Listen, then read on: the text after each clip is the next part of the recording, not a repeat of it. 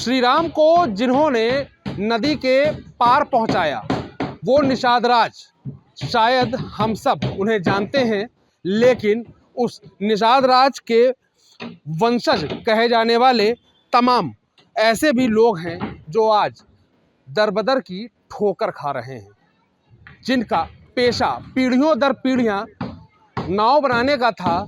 आज वो नाव के सहारे ही मझधार में अटके हुए हैं। ये तस्वीर कानपुर शहर की है और ये एकमात्र ऐसा केंद्र है जहां पर लकड़ी की नाव तैयार की जाती हैं। यहाँ पर सैकड़ों की संख्या में नाव बनती हैं, लेकिन इन्हें बनाने वाले आज किसी मझधार में फंसे हुए राही की तरह दिखाई दे रहे हैं। ये तस्वीर उन तमाम नाव बनाने वालों की है। मेहनत दिन रात, सर्दी गर्मी बरसात, हर मौसम में इनकी मेहनत लगातार अपनी जीविका चलाने के लिए होती है। लेकिन जिन्होंने प्रभु श्री राम को उस पार पहुंचाया था, आज वो मझधार में अटके हुए हैं। हमारे साथ निषाद समुदाय से कुछ लोग मौजूद हैं जो नाव बनाने का काम करते हैं। अब मानसून आने को है, कुछ ही दिनों में मानसून दस्तक दे देगा और उससे पहले ही नाव की तैयारियां भी हो जाती हैं, लेकिन नाव बनाने का कारोबार कहीं ना कहीं अब दम तोड़ता हुआ दिखाई दे रहा है। सर, क्या नाम है आपका? हमारा नाम सर नंदलाल निषाद है, पिताजी का नाम छोटे लाल निषाद। निषाद जी, ये बताइए कि कितने लंबे समय से आप लोग नाव बनाने का कारोबार कर रहे हैं? लगभग जब तक हमारी उम्र 60-70 साल की है, तो जब तक मैं होश संभाले यहाँ नाव बनता हुआ देखा। और नाव बनाते बनाते बड़ी नाव पहले बनती थी, वो घाट पार होने वाली, वो तो हो गया ख़त्म। लेकिन अब ये है, वो पुल बनने से वो काम ख़त्म। अब मछली विभाग वालों को, मछली मारने वाले, सरकारी नदी नाले पर में शिकार करने वाले और बंधों पर और तमाम डैमों पर जो मछली मारने वाले हैं, उन्हीं के सहारे हम लोग ये नाव बना करके बेच के अपना पेट चलाते हैं। बाकी और कोई कहीं पर धंधा नहीं दिखाता। कोई चौकी बना के बेचता है, कोई बिंच बनाता है। नाव का काम कितना हद तक है, 10-20 आदमी हम कारीगर हैं यहाँ पर, और 20 आदमी को बराबर काम नहीं मिलता है 12 महीना, और 4-5 महीना इतना ज़्यादा मिल जाता है कि रात में भी काम करने से पूरा नहीं पड़ता है। फिर 2 महीना अगर फ्री में बैठना पड़ गया तो पता चला कि अब तकलीफ महसूस करने के लिए तैयार हो जाते हैं। अच्छा, जैसा कि बात सामने आई कि कानपुर में जो आप लोग नाव बनाते हैं, ये नाव पूरी दुनिया में जाती है? पूरी दुनिया में नहीं जाती है, प्रदेश लेवल ही बहुत बड़ा उत्तर प्रदेश ही है। हिंदुस्तान में 29 प्रदेश है, जिसमें 10-12 प्रदेश की नाव में हमारी नाव है मिलेगी। जो हमारी ये क्वालिटी है चद्दर और लकड़ी की, लकड़ी किसी प्रकार का हो, जामुन हो, बबूल हो, लिप्टिस हो, साखू हो, लेकिन चद्दर लोहे का और एल्युमिनियम का और स्टील का, 3 प्रकार का चद्दर हम लोग इस्तेमाल कर देते हैं। नाव कितने तरीके की होती है? नाव 2 तरीके होती है। एक छोटी नाव होती है 2 मुँह की, तो वो मछली मारने वालों काम आती है। एक मुँह की होती है छोटी, वो भी मछली मारने काम में आती है। थोड़ा बड़ी बना देते हैं तो 10-20-50 लोग आर पार आने जाने के लिए उसमें सहूलियत होती है। डूबने का खतरा नहीं होता। बच्चे हैं, बूढ़े हैं। पहले तो बहुत बड़ी बड़ी नाव बनती थी, अब उतनी बड़ी नाव घाटों के लिए बनने का कोई ज़रूरत नहीं है, जगह जगह पुल बन चुका है। अच्छा, अगर हम जीविका चलाने की बात करें कि आप लोग पीढ़ियों दर पीढ़ियों से यही काम कर रहे हैं नाव बनाने का, तो अब जीविका कैसे आप लोगों की चल रही है? हाँ जी, अब जीविका आप लोग कैसे चला रहे अब हैं? जीविका यही है कि अधिकतर कुछ लोग तो यहीं बना के बेच लेते हैं, 2-4 महीना तो कस के बेच लेते हैं, फिर 2-4 महीना बैठे रहते हैं और बाहर का इंतजार करते हैं कोई बाहर से कोई ठेकेदार आ जाए कि मछली विभाग का 10-20-50 नाव बनाना है। जैसे गुजरात है, हरियाणा है, पंजाब है, दिल्ली है और झारखंड है, उत्तराखंड है। इधर तमाम छोटे छोटे डैम है, पीलीभीत नैनीताल में है, उधर मिर्ज़ापुर ज़िले में जरगोर सिरसी बंधा है। इस तरीके के छोटे छोटे डैम होते हैं जिसमें कि लाखों रुपए का गवर्नमेंट का, उसमें 1 करोड़ रुपए का ठेका होता है, और उसमें हम लोग 10-20-50 100 नाव तक बनाते हैं। उससे हमारा जीविका 2 महीना 4 महीने के लिए तो आराम मिल जाता है। उसके बाद काम खत्म हो गया तो फिर घूम फिर के सरसैया घाट पर आ गए। अच्छा, धीरे धीरे जिस तरीके से हमें लग रहा है कि ये नाव बनाने का जो काम है ये कहीं ना कहीं कम होता जा रहा है, क्योंकि अब जो नई पीढ़ियां आप लोगों के परिवार से निकल रही हैं। हाँ हाँ, बिल्कुल सही बात है। जैसे कि बहुत ज़्यादा नाव हम लोग अधिकतर बाहर बनाने जाते थे नदी नालों में, वो तो बिल्कुल समाप्ति की ओर चला गया। शायद 1-8 तो 9,000 में बचा है, और बाकी यहाँ पर हम लोग जो बना के बेचते हैं वो यहीं के क्षेत्रीय लोग 50-100 किलोमीटर के रेंज के लोग आकर के ले जाते हैं। सस्ती पड़ती है, छोटे वाहन से ले जाते हैं, अपना चला करके साल भर के अंदर तोड़ फोड़ दिया, कोई नुकसान नहीं। नहीं। 10-12 हज़ार, 15 हज़ार, 20 हज़ार की लागत की नाव यहाँ पर इस समय मौजूद है। अच्छा, क्या आपके परिवार में जो आपके बच्चे हैं, जो जो लड़के हैं घर के, जो अब अपनी जीविका चला रहे हैं या परिवार को चला रहे हैं, वो क्या इस काम को करना पसंद कर रहे हैं? अब इस काम को पसंद इसलिए नहीं करना पसंद करते हैं क्योंकि इसका कोई भरोसा नहीं है।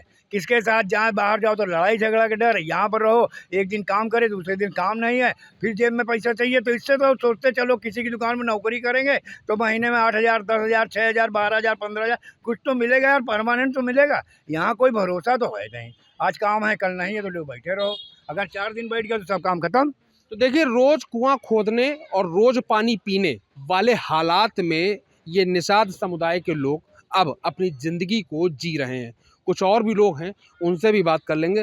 भाई साहब, ये बताइए कि आप लोग लंबे समय से यही काम कर रहे हैं, क्या सरकार की तरफ से कोई राहत कभी मिली या आप लोगों ने कोई मांग करी या कोई प्रयास किया?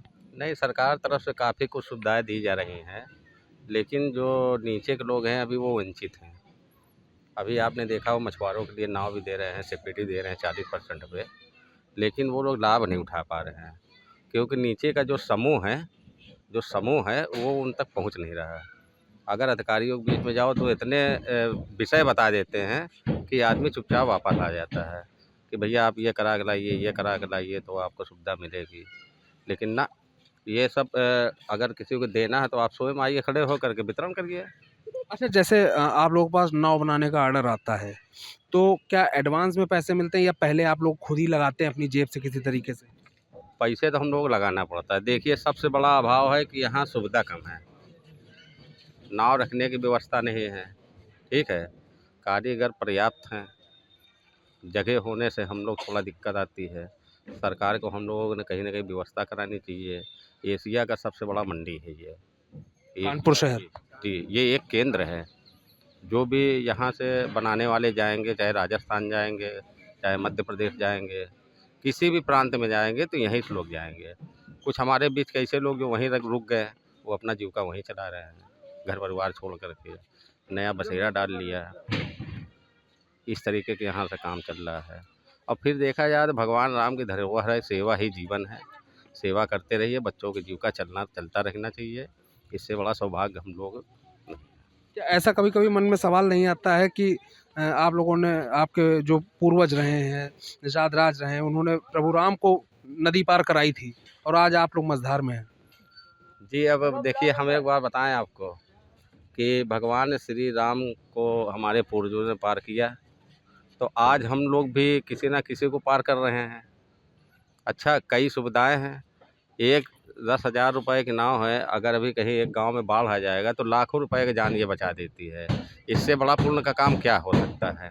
अच्छा, कुल मिलाकर कोई भी सरकारी आर्डर निकलता है तो सबसे मुसीबत ये जो बिचौलिए होते हैं उनका फ़ायदा होता है।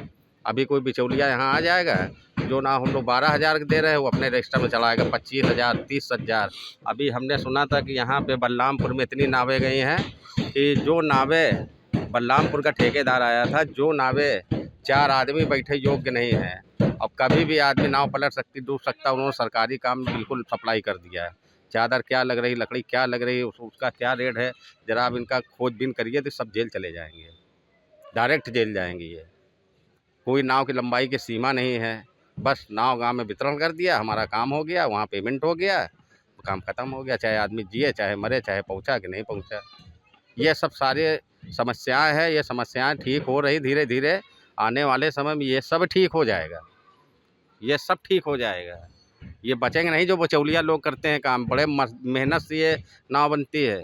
इसमें ये मान लीजिए सुबह आदमी 7 बजे लग गया, रात को 8 बजे तक काम कर रहा है, तब जाकर कहीं 500-600-700 रुपये काम कर पाता दिन भर में। वो मैन्युफैक्चरिंग का काम है, ये कोई कमाई नहीं कर पाता आदमी यहाँ का।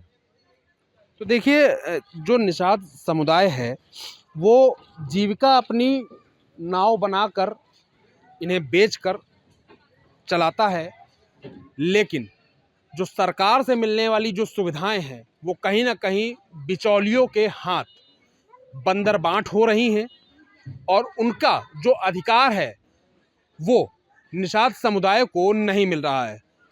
तस्वीरें साफ हैं कि किस तरीके से पूरे दिन की मेहनत होती है, मशक्क़त होती है, लेकिन इस मेहनत का जो परिणाम इन्हें मिलना चाहिए उससे ये वंचित हैं। अब देखना ये है कि इस समुदाय के लिए सरकार क्या सोचती है और एशिया की सबसे बड़ी मंडी नाव बनाने की कहे जाने वाले कानपुर शहर में ये कारोबार अब लुप्त होता नजर आ रहा है।